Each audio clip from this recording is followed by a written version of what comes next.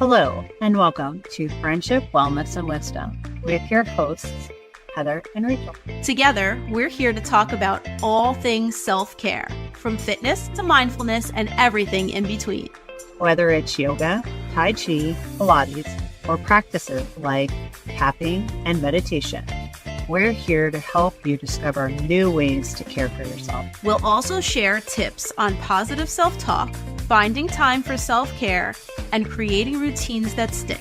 We're here to provide you with plenty of tips, tricks, and unsolicited life advice. Remember to like, subscribe, and hit the bell for notifications.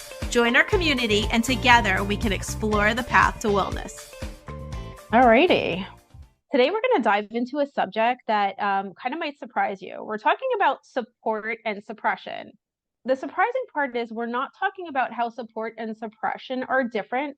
We're talking about the ways that we can actually kind of blur the lines between support and suppression and kind of take a turn where support turns into suppression. So at first glance, right, they seem like opposites. When you support someone, you support something, you uplift it, you hold it up.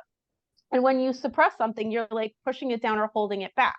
But it's really funny that when you take a closer look at the way that we behave within our relationships, it can be really easy to get the two confused. And a lot of times suppression shows up in the guise of support, right? So, and we don't even realize we're doing it half the time. We're trying to protect someone or help them or have the situation turn out a certain way. And without really knowing it, we're kind of holding ourselves or others back. And we're using suppression instead of support in areas where, again, we don't even realize that we're doing it. Whether it has to do with relationships, cultural norms, or the way that we like approach our own growth, like, where we're putting ourselves out there. Basically, we're going to kind of explore the ways that we blur these lines between these two aspects. And hopefully we'll get like a greater understanding of why we do this and some ways that we can recognize when we're doing it or when it's being done to us, and learn how to make like little changes so that we can learn to be more supportive of ourselves and others.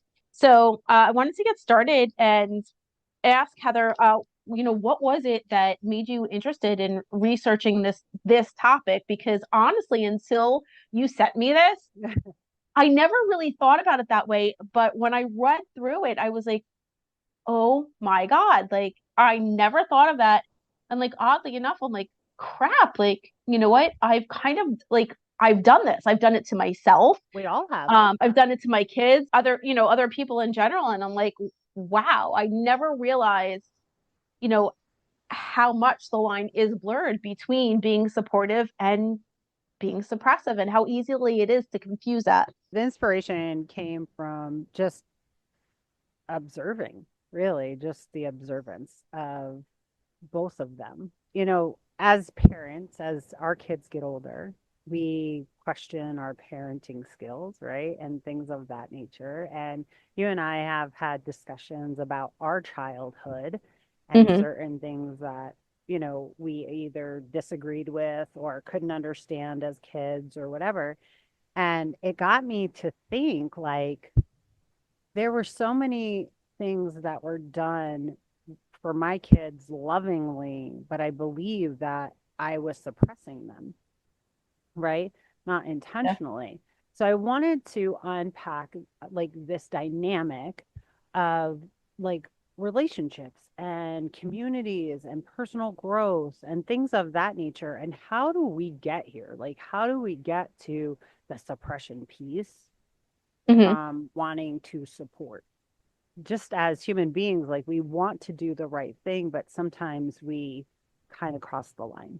Absolutely. And I think really as we get into this and unpack it a bit, I think really what you're going to see is that fear is the thing that drives it all, right? Yeah. You want to be supportive and you want to be there, but that fear gets in there, and all of our own past experiences really kind of color, how we communicate things to other people, Yeah. and what we want to encourage and discourage, within all of that. So let's start with like what the key differences are between the two. So support uplifts, right? It empowers an individual. That's what supporting does, right? It fosters somebody's autonomy, somebody's growth, while suppression is control. It limits your freedom. I look at it as like you're trying to protect somebody. Like it comes into this. I care about you so much. I don't want you to like do this. What is the intention behind your actions, right?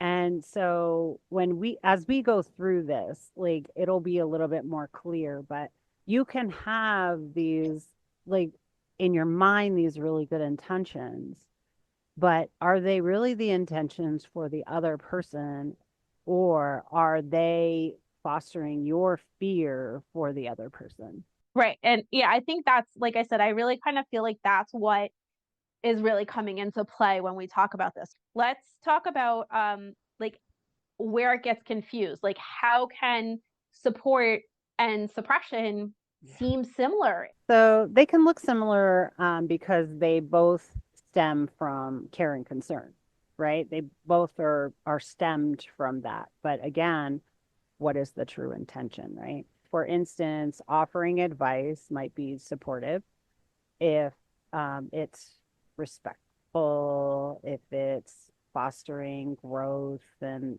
things like that. When we're looking at support, we want to look at growth. We want to look at empowerment. We Mm-hmm. want to look at like inspiring somebody to go to their best path, whatever that looks like. And their best path is not your path. You know, it might be in line with what you're thinking, but it might not be. But you want to foster that support to for them to grow and give them the all the power to make those decisions. Yeah, I think that's a good way of looking at it. And I try to, although it can be very difficult, if someone does ask me for advice, or you're having those conversations where they're trying to, make a decision or to choose their path, I think too, offering like certain life experiences, like here's what happened to me, like maybe you can, make a decision based on this, or here are some of the ways I feel like this could turn out, like this could happen or that could Mm-hmm. happen, or like, and then without kind of giving like real direction, you're Mm-hmm. kind of giving perspective. Right. And I think in that way, that's one of the best ways to be a bit more supportive. You're like, okay, here are these ideas, here are the thoughts that I'm having. Mm-hmm. Here are some ways, again, of looking at this situation. Here are some places you may run into problems. Yeah. Here are some of the ways I found that you might be able to get around this situation. And I feel like these are all very supportive ways and things that you can use to be supportive. And also just, hey, so if you run into trouble, like, okay, these are your choices. Great. You're going to go off and you're going to pick ABC. Right. All right, well, if you need anything, then I'm here for you. As Well, opposed to, well, I'll help you if. Yeah. yeah. I think when you talk to people and like give advice and things like that, it's better to like ask questions. Like, what would be your thought if A, B, and C happened? Right. Or what do you think you would do if this happened? Oh, you would find that great? Awesome, you know? Or, oh, that would be scary for you. What do you think you would do if that situation was scary? How would you navigate that now? You know what I Yeah, mean? no, things like that. Or even, what do you think you would need to be able to make this successful? Right. Yeah. Again, we're all so different and No, absolutely. Like I totally, so we've talked about this before. So, and she'll hear this and get mad at me, but Maddie's going away for a semester abroad. mhm, And she was having a really difficult time kind of navigating all of the things that she had to do. And the staff at the school was just not being helpful. So mhm. she was like super stressed, and she was like asking me all these questions and stressing out. And I'm like, you know what? I don't think you should go at all. You know what? Just stay home. Like, because I knew like it Yeah. would She snap would her be out of it. she's And like, she'd Mom, be are you like, crazy? wait, what? So it was like, I I flipped the script on her because I needed her to see that, Mm, like, she wait a got this. minute, like, what are you talking about? Of course I want to do this. But I'm like, Yeah. right, well, you're struggling through this. You're making it seem like this Yeah. horrible experience. So I'm like, okay, well, maybe you shouldn't go. And it was like, wait, what? I was trying to be supportive in a very, in a very roundabout way by being like, oh, well, you're going to realize now all the You reasons did why you you did want to some go, child psychology and stuff. right, and why you're going to now take the steps that you have to take Right. and deal with all the BS that and the hoops Well, that you have to jump through because you want to do. and sometimes somebody just needs like that, just like wake up, like you can do this. You know what Yeah. I mean? And that's probably where she was at. She was like, Well, oh, wait, absolutely. I But could do that's this. like when your mom is like, "Oh, you can do this." Like no one Yeah. believes that anymore Yeah. because She it's like, wanted of to course you know. think I can do this. Like Yes. you're supposed to be supportive. Right. So it's like, every once in a while I just got to shake things up and I'm like, "All right, well, so what are some of the ways that we can know like if our actions are being supportive or like or Yeah. suppressive like of what we're doing, like which road are we taking here?"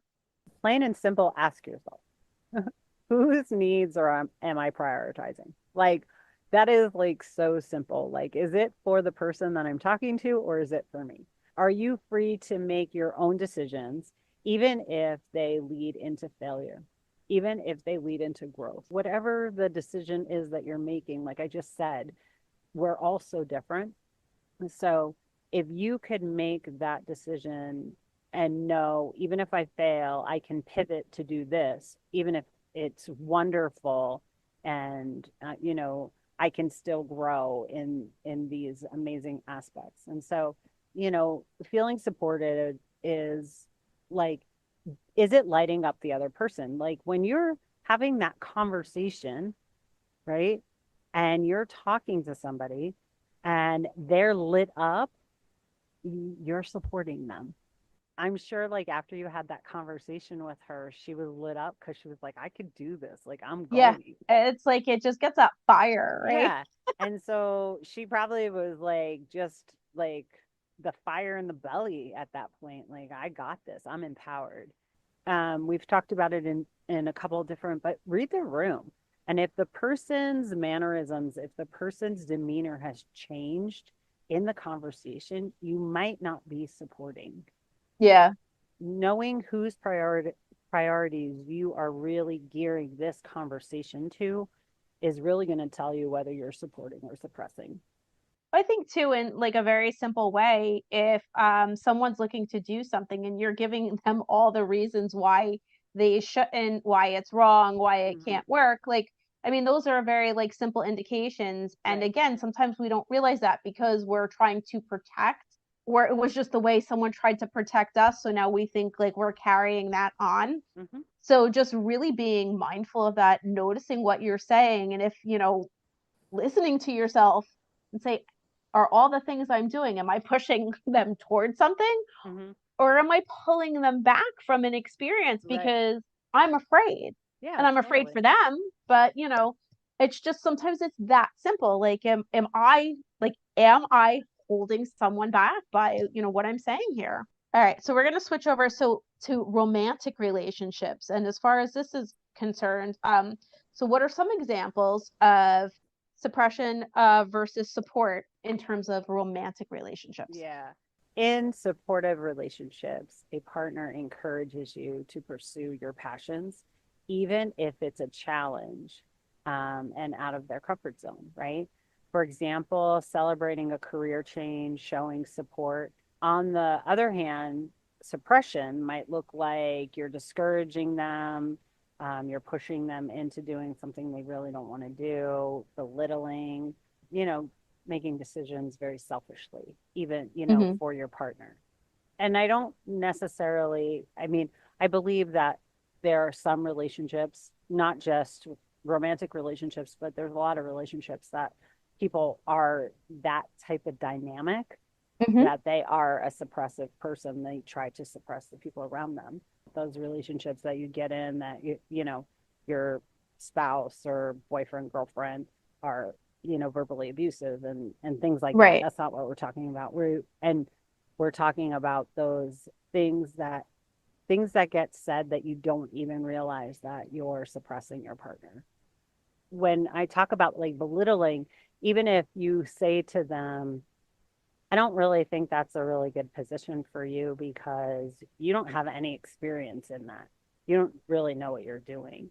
Right. And it's like, wait a second, who am I to tell you, you don't know what you're doing or something like that? It's like, oh, what does that position hold? What is that position? What's the qualifications of that position? What have you done in the past that you know, that you've done that supports that position or whatever, like Right. But even still, like, even if it's a digging new those thing, out. like with the right qualifications, it's like, what about this excites you? Like, what is it that you're looking forward to doing in this position that maybe Totally. you didn't do before, and now, like, it's something that you're excited about? Yeah. That's always great to, like, kind of put yourself into like a challenging position, just see all the different ways that you can kind of like shine and take it on and Yeah. surprise yourself. Yes, totally. Now we're going to talk about like how cultural norms influence, what we tend to Hmm. support and one thing and what we tend to suppress. Yeah. So, supportive cultural celebrations, diversity, evolving traditions, allowing people to refine roles and expectations in cultural norms, right? Suppressive behavior for cultural enforces like rigorous traditions and maybe Hmm. not as like flexible because, some traditions are, so many thousands of years old. And so it's supporting the younger generation coming up and for them to create new traditions, but um, pepper in the old traditions and things like that. For example, like the stigma of women leaders and roles in cultural areas, having them step up or step forward in these roles to kind of like create a new environment, a new norm, if you Hmm. will, and see how things can be done to support everybody in that environment, whether no matter their gender or their age or anything like that, making sure that everybody has the equality in that cultural role. Yeah, I think it's very tough. We get very used to Hmm. certain things. Yeah. And we get very comfortable with even things that we just never really thought about, things that we don't even think to challenge. Hmm. They're just kind of that way. And if it doesn't really like go against what we want, sometimes it just goes very unnoticed until someone is like, well, no, this is, I don't want this. I want this. Right. And it can be surprising a lot of times, but you're just like, wow, I didn't realize like, someone might actually want to kind of change that Hmm. and pivot it. And it's a little bit difficult sometimes when you're that, trailblazer or Yeah. to support something that is so kind of far off, what the norm is. And I think the best thing to do is just be like, well, listen, if it's not hurting anybody and it's what someone's got a passion for, Right. then you know what? Why not support them? I can't, I don't know the culture that there's a certain dance, and I want to say it's from Asia, but it was mostly man-led dance, male-led dance. And now this woman who is dynamic, she leads the dance. And it's beautiful the way she does it, but she does it with a masculine flair. And Mm-hmm. it's just so great that they allow her to do this. And there has been such controversy over her doing this dance, and it's so amazing that she continues to be a part of um, this tradition. But Right. it's, it really is like shaking things up. And I always think of like, what is it, Fiddler on the Roof? It's Mm-hmm. tradition. We do it this way Yeah, because it's tradition. we do it this way because we've always done it this way. And it's Right. just like, well, maybe there's, maybe we need to just start doing things a different way. Like, Yeah. And it's okay to put tradition in there, but like allow other people to have the roles and allow other people to have a voice in the tradition. It would be really cool to see if you can bring the old tradition into a new age.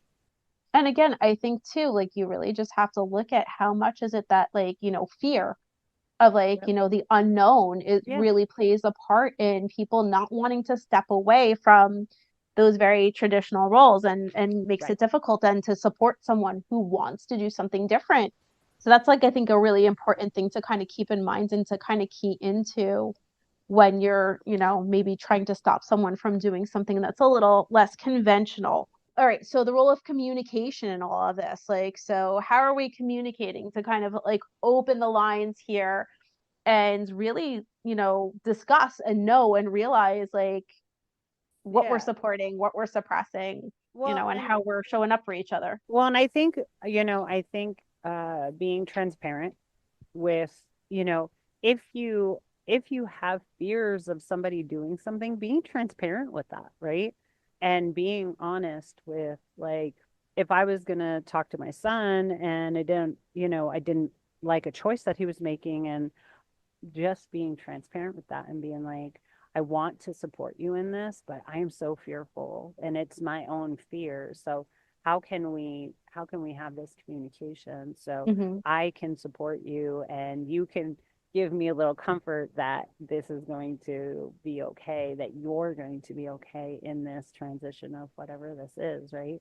And so having the transparency in the communication, having open communication, actually asking yourself the question, am I speaking out of fear? Is it is it my wants and needs that I'm trying to fulfill? Or am I truly supporting that other person for their growth and, empowering them to thrive? And so I think it's really important to be honest Mm-hmm. in the communications of this sort, because they are difficult communication. Like communication is difficult, right? It just is. And Mm-hmm. so especially when we are bringing our own past whatever into the situation, and like you said, with fear, then it becomes really uncomfortable. And if we can be very transparent that this is an uncomfortable place for me, but I want to be supportive. So, how can we have this conversation? So, I know everything's going to be okay and I can support you moving forward. Yeah, So, absolutely. And even with ourselves, like a lot of times, like, we'll struggle. We have these inner struggles with the mhm, things that we want, and we will suppress ourselves a lot of times from going after the things that we want, exploring like new options, taking like, a non-traditional path because, we were told it wasn't the thing that was supposed to be done. So we will hold ourselves back sometimes from the things that we're really passionate about.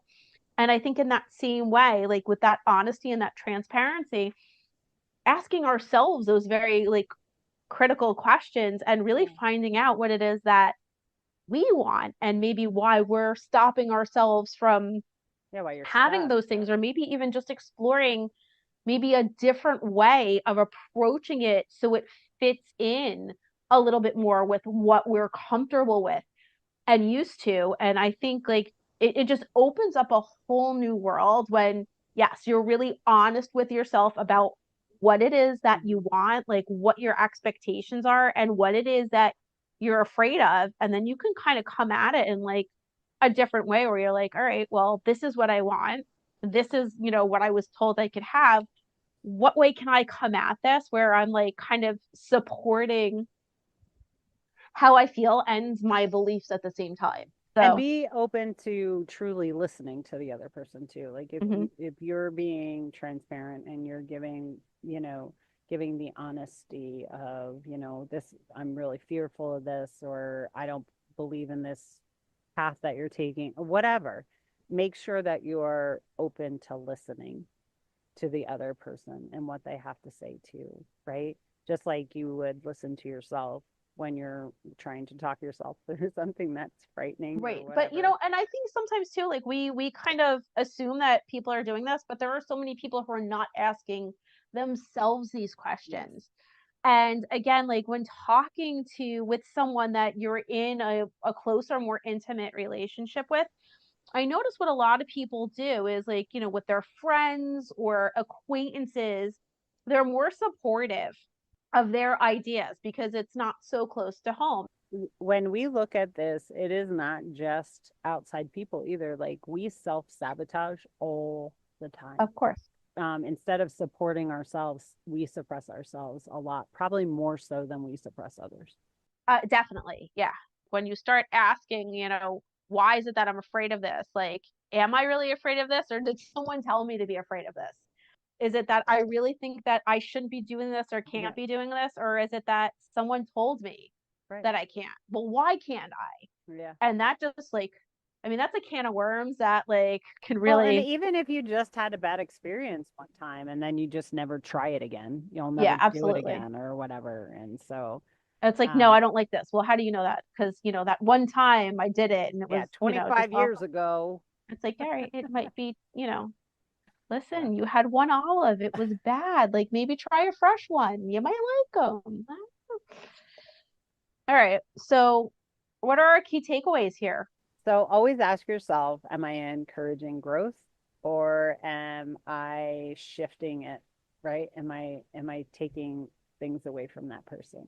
This reflection applies both to how you treat others and how you treat yourself, right? It's important to actually analyze you as well.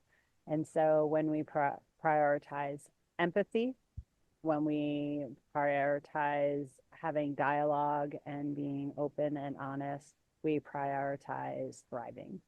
We give people the empowerment to thrive, even ourselves.